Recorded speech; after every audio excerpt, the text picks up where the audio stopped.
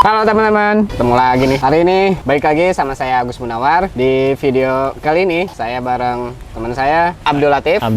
Jadi kita akan ngorek-ngorek. kuping nggak dikorek. Enggak, kita bukan acara gosip. Oke. Nah, kita akan ngobrol-ngobrol. Ngobrol santai ya? Ya, ngobrol santai. Curhat, inspirasi, ketawa-ketawa. Tawa gitu lah, kalau pokoknya. bisa ya, kalau lucu.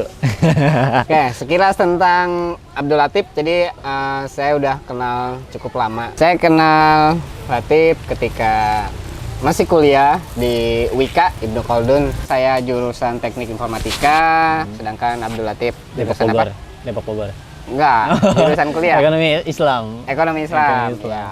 Jadi sekarang beliau udah lulus S1, sedangkan saya S5. Mau ngalahin Samsung. nggak usah diceritakan. Oke. Jadi intinya kita udah akrab kenal. Selain udah sarjana Fakultas Ekonomi Islam, Sebenarnya bukan Fakultas Ekonomi Islam sih. Fakultas Ekonomi Islam, Prodi Ekonomi Syariah. tapi berhubungan sama syariah Islam. Sama Syariah. Kan dihapus sama Dikti. Oh, dihapus Jadi sama Dikti. ekonomi cuman di Islam-Islamin gitu. Ekonomi di Islam. Jadi gelar SE bukan SEI. Tetap SE ya. Tetap SE mau dia Islam atau gimana?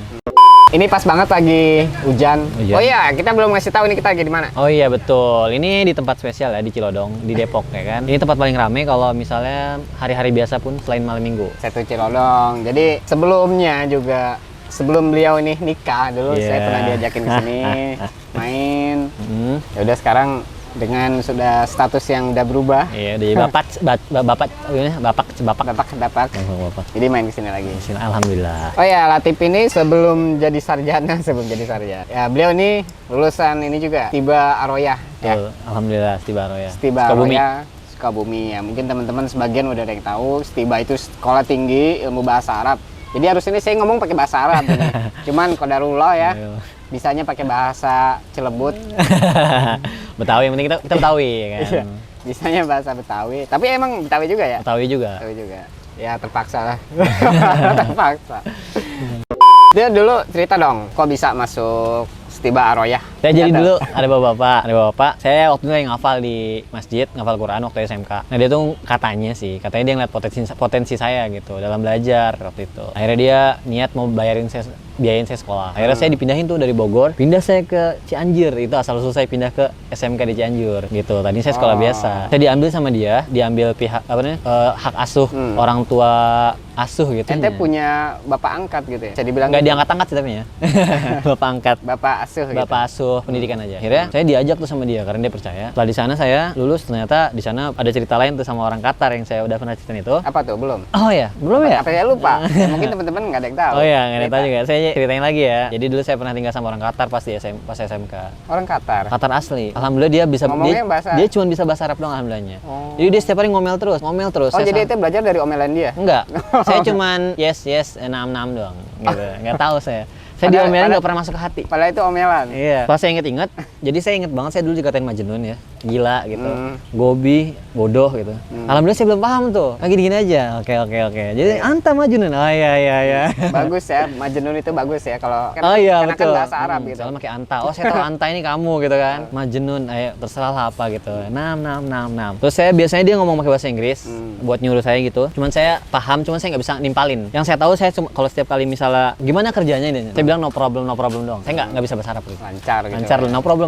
Jadi waktu saya di sana itu, saya kira saya bakal tinggal sama Syekh Qatar itu buat mendidik bocah-bocah di situ karena ada anak-anak yatim umur 9 tahun ke bawah. Ternyata saya di sana tuh selain disuruh ngaji, saya disuruh ngelurusin paku gitu. Lurusin paku. Iya, jadi kalau misalnya saya nggak ngapa-ngapain, minimal saya jadi babu gitu kasarnya. Nggak boleh diem. Bahkan saya saking mungkin orang itu terobsesi kepada kekikirannya kali ya, mungkin ya. Itu saya pernah nyalain lampu karena lampu neon kan. Dia datang, saya akhirnya dia ngomelin saya alhamdulillah nggak paham gitu dia ngomel apa. Tapi intinya dia suruh ganti lampu neon ke ganti lampu yang colok warna kuning kecil gitu. Buat sekamar berempat, saking baiknya Masya Allah. Pernah saya dikasih call, saya kira dikasih call sekali masak gitu. Dikasih call sama bawang, saya masakin habis kan berempat hidup berempat saya masak. Setelah saya masak itu, saya minta lagi sore karena habis kan pagi siang. Ternyata itu dia ngomong itu buat 2 hari. Buat 2 hari sambil begini, 2 yaum gitu. Tapi itu bisa kerasa lah, pasti ada hikmahnya lah. Ada ya. hikmahnya. Gimana? Jadi Syekh itu yang ngasih beasiswa? Bukan, si bapak asuh tadi, bukan saya itu. Bapak asuh. Saya cuma ditaruh boleh tinggal di situ, yang penting saya ngajarin anak-anak ngaji. Hubungan bapak asuh sama yang orang Qatar itu? Satu organisasi, satu lembaga. Si bapak asuh ini dia kerja di lembaga namanya Syekh Fulan lah gitu ya. Nah kebetulan si Syekh ini juga kerja di lembaga itu yang sedang merintis pesantren gitu. Saya akhirnya taruh situ dulu. Hubungan antara orang Qatar sama Aroyah? Nah setelah di situ saya karena Sukabumi deket sama Cianjur, ya kan, banyak lulusan Aroyah yang coba nginep di tempat si Syekh Qatar ini. Jadi nyoba datang nggak kuat, baru seminggu nggak kuat pergi, dipanggil lagi sama bapak asuh, ayo dong yang anak-anak Aroyah main kesini gitu. Seminggu nggak kuat, diomelin, mereka paham soalnya, mereka paham bahasa Arab. Jadi mereka tinggal seminggu. Jadi yang kuat itu yang nggak ngerti bahasa Arab. Iya, alhamdulillah saya nggak ngerti. Jadi mereka diomelin, tip ane nggak kuat pergi, tip ane nggak kuat pergi, sampai beberapa ustadz di situ.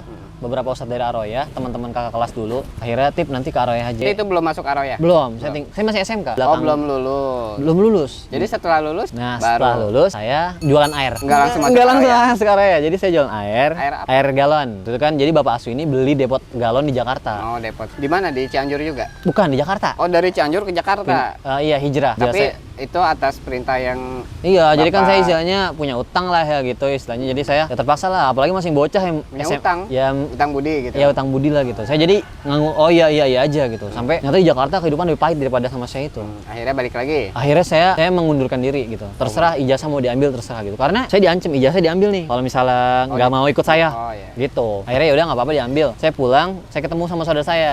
Atau ibu saya bilang gini, Latif katanya dulu mau masuk Aroyah. Iya Bu gitu. Ya udah pergi sana gitu buat ngedaftar. Waktu itu daftar online gitu. Akhirnya saya daftar online ke warnet. Ternyata setelah itu pengumuman disuruh ke Jadi ibu nih, ada andil ibu juga Ibu, nih yang nyuruh untuk masuk Aroyah. Betul, ibu. Ibu banget sih pasti ibu. Oh, jadi yang hubungan tadi yang bapak Bapak asuh cuma sampai sekolah doang. Karena kan Sekolah. dia menyekolahkan. Oh, tapi emang bukan, maksudnya nggak ada hubungan sama yang Aroyah itu? Oh, nggak ada. Nggak ada ya? Nah, tapi nanti dia ikut campur, nanti saya ceritain. Oh, Nah, ada nanti ikut hubungannya campur. juga. Oh, intinya ini sekarang berarti ibu yang Ibu. nyuruh gitu kan? Akhirnya saya disuruh sama ibu buat ikutlah sana gitu. Singkat cerita saya masuk pesantren dulu tuh bukan Aroyah. Karena saya nungguin nungguin diterima apa enggak. Oh. Karena saya tuh udah nunggu, ternyata nggak diterima gitu. Padahal pengumuman belum keluar. Saya kira saya nggak diterima. Akhirnya saya ke Tangerang tuh di belakang apa sih namanya ini? Flyover. Bukan flyover. Jalan Terbang tol. pesawat, airport apa sih? Ya. Bandara. Bandara. Nah, deket bandara situ.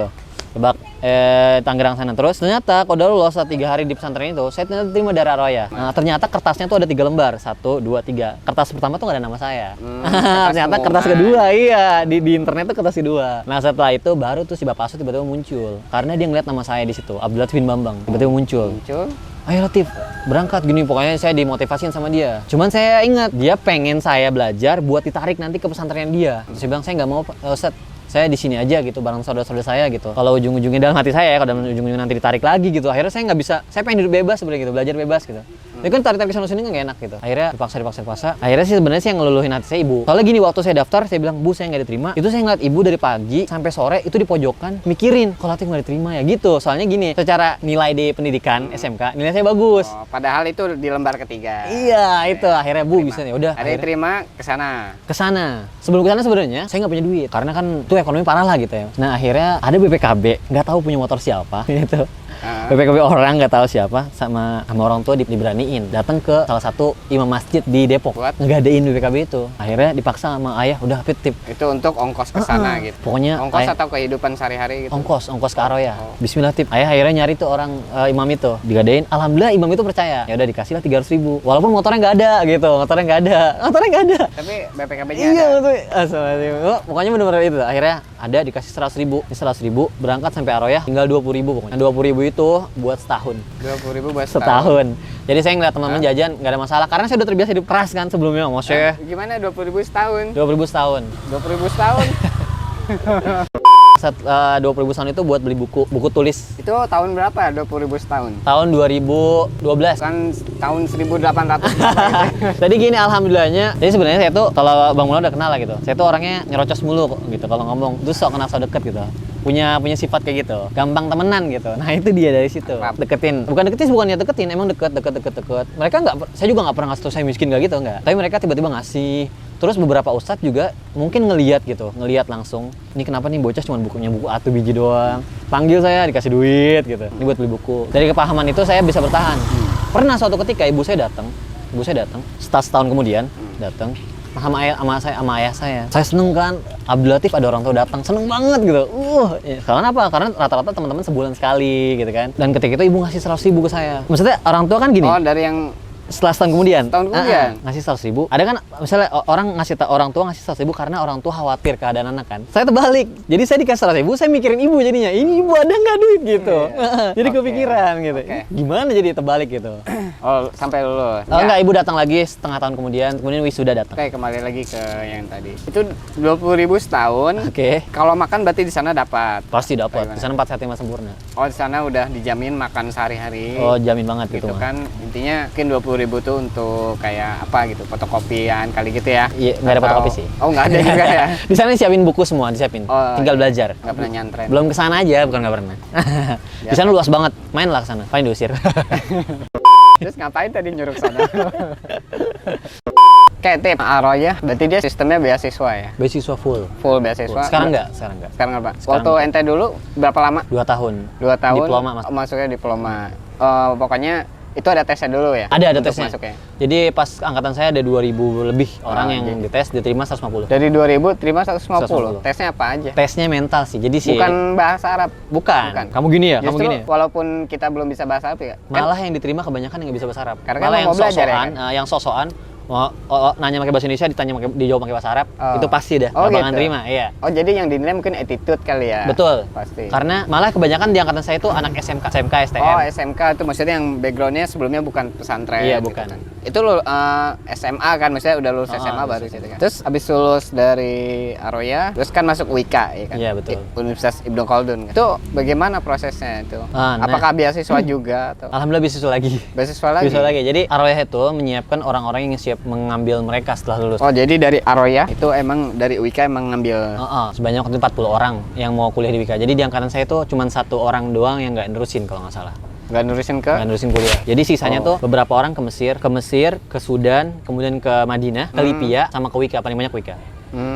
Kalau nggak salah Mesir 15 ya, Sudan 15. Angkatan Sudan, saya. Mesir, Sudan. Afrika. Jadi balik-balik pada keling gitu. Kenapa ente nggak ngambil ke ini, Papua? Nggak ada ya? Ke salah satu dari itu gitu. Karena kenapa saya nggak ngambil di Libya atau Madinah atau itu? Karena waktu itu ekonomi juga masalahnya. Oh, itu ada karena mungkin kita butuh faktor kesana. ekonomi, Ya. iya. Tapi kalau dari segi kemauan Pengen banget. kemana? Ke Madinah. Madinah mau. Ke Madinah. Kemauan pengen ke Madinah karena waktu itu kan sebelum kalau pengen ngedaftar di luar ngurus surat, menerjemahkan ijazah itu 300.000. Yang 20.000 setahun gimana gitu? Kalau ke Madinah kemana waktu itu? Ke Madinah, UIM. Universitas Islam Madinah? Iya. Akhirnya milih ke UIK, beasiswa UIK. Nerusin dari diploma itu ya kan? Nggak dari nol kan ya? Enggak, tapi dari semester 1. Nggak bisa ini. Sama aja? Nggak bisa apa sih namanya kalau ini dari konversi? Konversi, nggak bisa konversi. Jadi nggak dikonversi ya? Nah, dari semester 1 lagi? Qadarullah, harusnya bisa. Tapi tadinya Menteri Pendidikan yang megang, langsung dikti nutup itu. Nah, jadi nggak bisa. Kalau angkatan kakak kelas saya bisa. Bisa, jadi langsung ke semester berapa 5. gitu? Tapi kita bisa nggak ketemu ya kalau semester 5 ya? Iya. Alhamdulillah. Oke, seru. Penuh dengan Sedihan. penuh dengan hal yang baru sebenarnya, walaupun saya udah lumayan kenal lama sih. Ini banyak hal yang baru yang nggak dia curhatin. Iya. Oke, seperti biasa, games dikit ya. Depok atau Bekasi? Depok lah. Panas sono. Panas. Sekarang tinggal di mana? Tinggal di Bekasi sama istri. Lebih milih Depok? Lebih milih Depok. Insya Allah kalau pindah pun saya milih Bogor. Pilihannya di Bekasi, saya milihnya pengennya Bogor. Pilihan yang tidak konsisten. Erdogan atau Raja Salman? Milih Erdogan. Kenapa? Sebenarnya sih kenapa Erdogan? Karena Erdogan masih berani menyuarakan gitu. Karena kan Raja Salman masih ada alasan tertentu gitu. Entah keamanan negara segala macam itu. Kalau Erdogan berani kan. Kalau misal dimilih dari keberanian ya. Kalau dimilih dari segi keamanan sih Saudi Arabia. Raja Salman. Karena Raja Salman banyak opsinya kenapa begini. Nggak memikirkan pusat Islam gitu. Dengan Erdogan kan memikirkan kejayaan Islam dengan yaitu dengan keberanian. Yang sekarang sih yang dibutuhkan keberanian menurut saya. Jangan ditahdir ya abis ini. Takutnya ada Oke, next Mesir atau Arab Saudi? Arab Saudi lah. Mesir kan yang tadi kan tadi nggak Raja Salman. Nggak Raja Salman. Tapi negaranya mah dipilih. Kalau negara tetap milih Saudi. Saya takut dari Dajjal saya. Kabur nggak bisa ke Mesir. Ketemu Firaun ntar. Saya mau ke Madinah biar nggak kena Dajjal ya. Oke nih, kebetulan di sini ada bebek-bebekan. Oh iya. Kita mau coba terus-terusan ya. Tapi ini konsisten kita naik bebek kan bukan naga. Hah? Karena bebeknya, Bebeknya dikutuk sebagian ya. Ada yang jadi naga, ya kan? oh ya bebek-bebekan tapi palanya naga ya. Jadi naga-naga nih. Yaudah kalau gitu kita naik naga-nagaan. Siap. Ya, Ya. ini bebeknya mabur nggak bang? Power. Ngelor. Keluarnya boleh pulang. Ada begal. Kayak sedih gitu jadi orang Depok rasanya.